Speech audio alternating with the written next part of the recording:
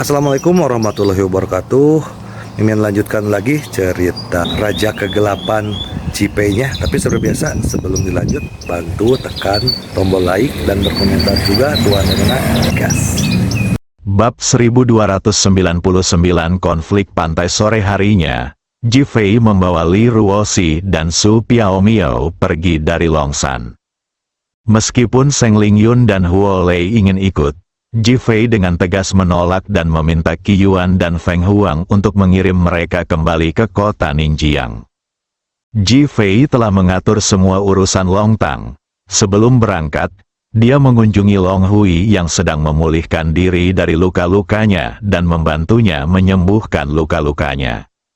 Long Hui yang berkarakter jujur, mengetahui apa yang terjadi di Long Tang, ketika dia mendengar bahwa Long Ri, Long Yue dan Long Zheng bunuh diri. Dia tidak dapat menahan tangis di depan mereka, dan bahkan mengatakan kepada Ji Fei bahwa dia akan melindungi Long Tang dan Long Shan dengan nyawanya. Orang-orang di Aula Naga, yang sudah terinspirasi oleh Ji Fei, terinfeksi oleh keberanian Long Hui dan menjadi semakin termotivasi dan yakin akan kemenangan. Tetua Long Shan dan yang lainnya tiba-tiba menemukan bahwa Long Tang sama seperti Long Shan, mendapatkan kembali vitalitasnya, yang memberi mereka harapan lagi. Mereka semua penuh dengan semangat juang. Kota Beihai. Ini adalah kota tepi laut di Laut Utara. Sekarang musim dingin sudah mulai di sini. Meskipun laut tidak membeku, cuaca di sini jelas jauh lebih lembab dan dingin. Setelah Ji Fei membawa kedua wanita itu ke sini, mereka bertiga menginap di Hotel Beihai di dekat laut. Su Piaomiao masih sangat pemalu dan tidak tinggal sekamar dengan Ji Fei dan Li Ruoxi. Dulu dia suka menggoda Ji Fei dan ingin memilikinya dengan paksa. Tapi sekarang, dia tidak lagi menggoda Ji Fei seperti dulu, malah semakin menghormatinya dan tentu saja semakin mencintainya. Ji Fei tidak tahu bahwa dia telah menaklukkan Su Piaomiao dengan pesonanya. Setelah malam tiba, pantai masih sangat ramai, pasar malam pantai dimulai, dan masih banyak orang bernyanyi di pantai. Bahkan ada pula yang mengadakan pesta api unggun, dan sebagian orang menjual makanan ringan dan barbeque. Sangat hidup. Semangat warga seakan mengusir hawa dingin dan menyulut semangat setiap orang. Bahkan Li Ruoxi yang berdiri di lantai atas dan menonton pun tertarik. Dia menatap Ji Fei dan berkata dengan genit, "Suamiku, bagaimana kalau kita turun dan melihatnya juga?" Li Ruoxi menatap Ji Fei dan bertanya, "Oke." Berpikir bahwa jarang bagi Li Ruoxi untuk bersantai seperti ini, Ji Fei langsung setuju. "Minta Su Piaomiao untuk pergi bersamamu." Su Piaomiao awalnya enggan pergi, tetapi diseret keluar oleh Ji Fei. Entah mengapa, dia sangat menikmati sikap mendominasi Ji Fei.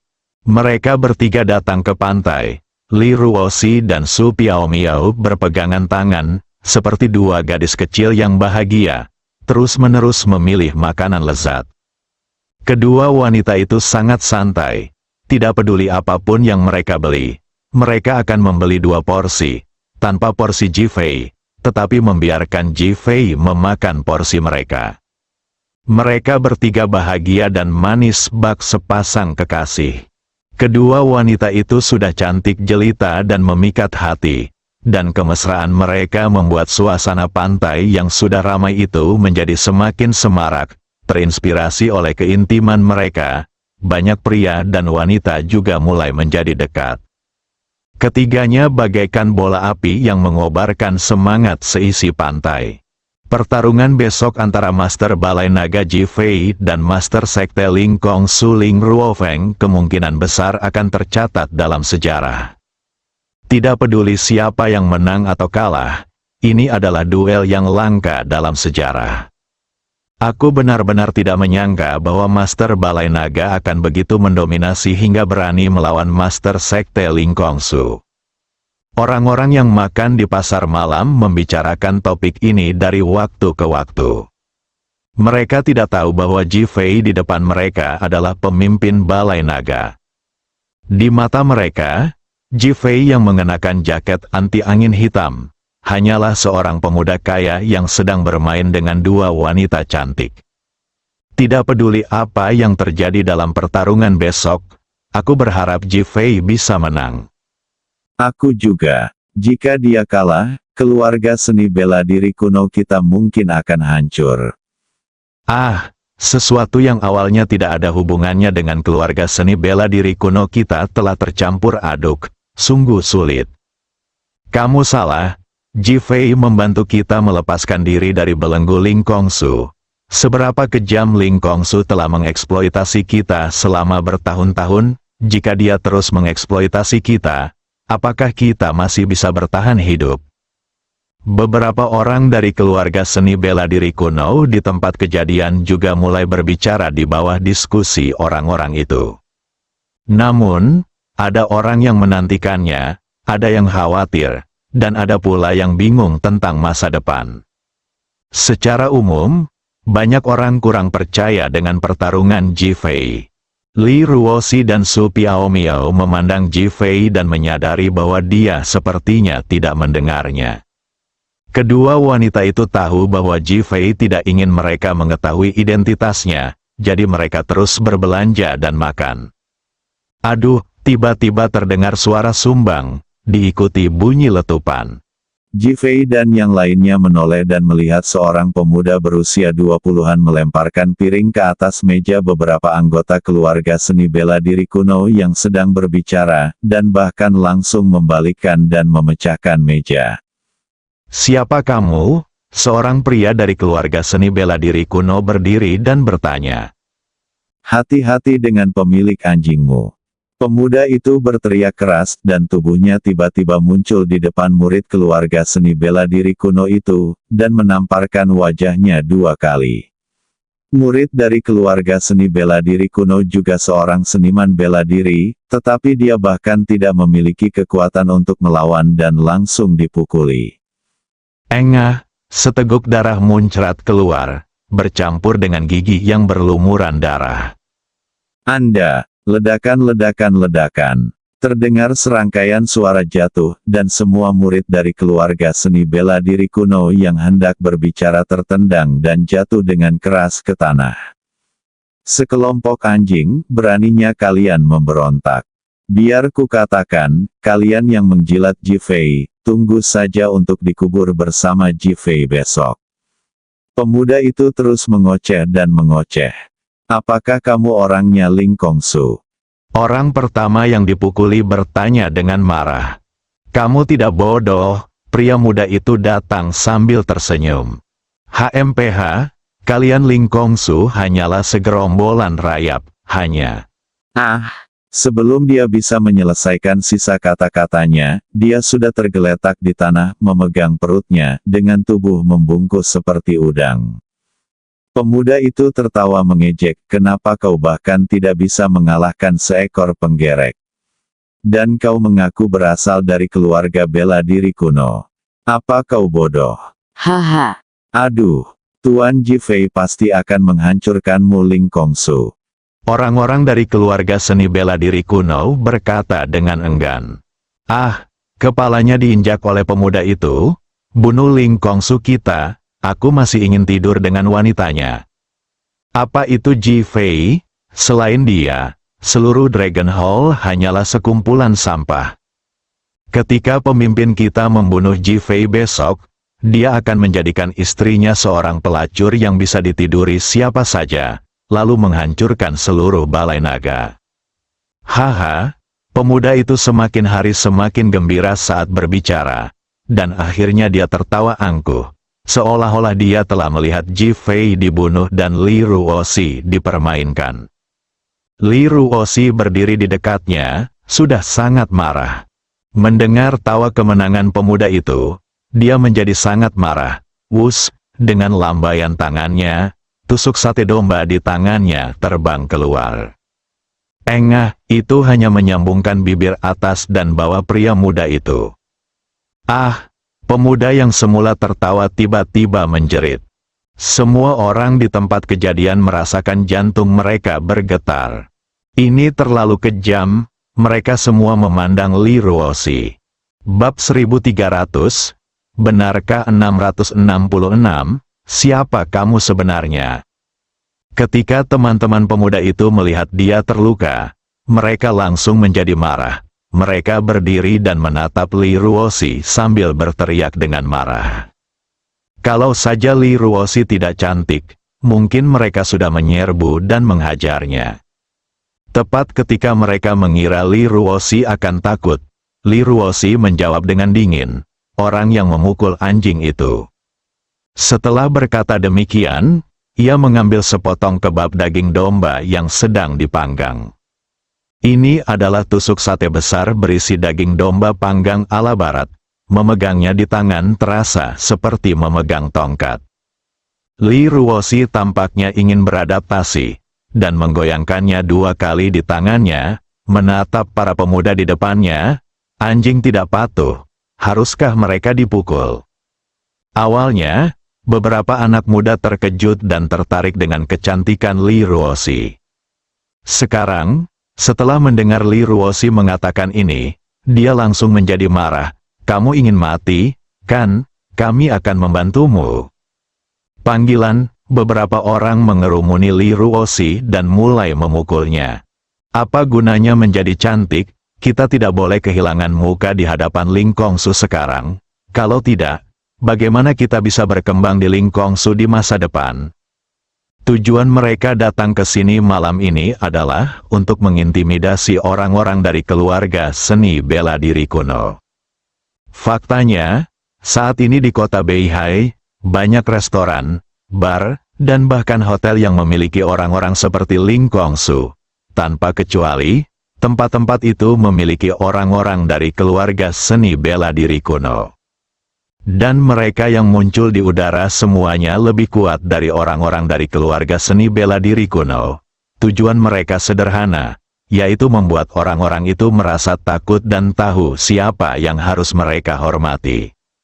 Ini adalah pengaturan yang disengaja oleh Ling Ruofeng. Dia ingin menggunakan metode ini untuk membuat keluarga seni bela diri kuno ini menyadari kesenjangan antara mereka dan Ling Kongsu. Setelah membunuh Ji Fei besok, keluarga seni bela diri kuno itu secara alami akan tunduk pada tirani Ling Kongsu. Sekarang, mereka telah memberi pelajaran kepada orang-orang dari keluarga seni bela diri kuno. Mereka awalnya berencana untuk mempermalukan mereka dan membuat mereka menyerah sepenuhnya. Tetapi mereka tidak menyangka bahwa Li Ruosi akan keluar untuk mengacaukan situasi. Bagaimana mungkin mereka tidak marah? Mereka tidak mengenal Li Ruosi, mereka hanya menunjukkan belas kasihan karena kecantikannya, dan sekarang mereka tidak khawatir sama sekali. Tentu saja, jika dia tahu, dia tidak akan menunjukkan belas kasihan. Ini akan menjadi kesempatan langka untuk menamparkan wajah Ji Fei.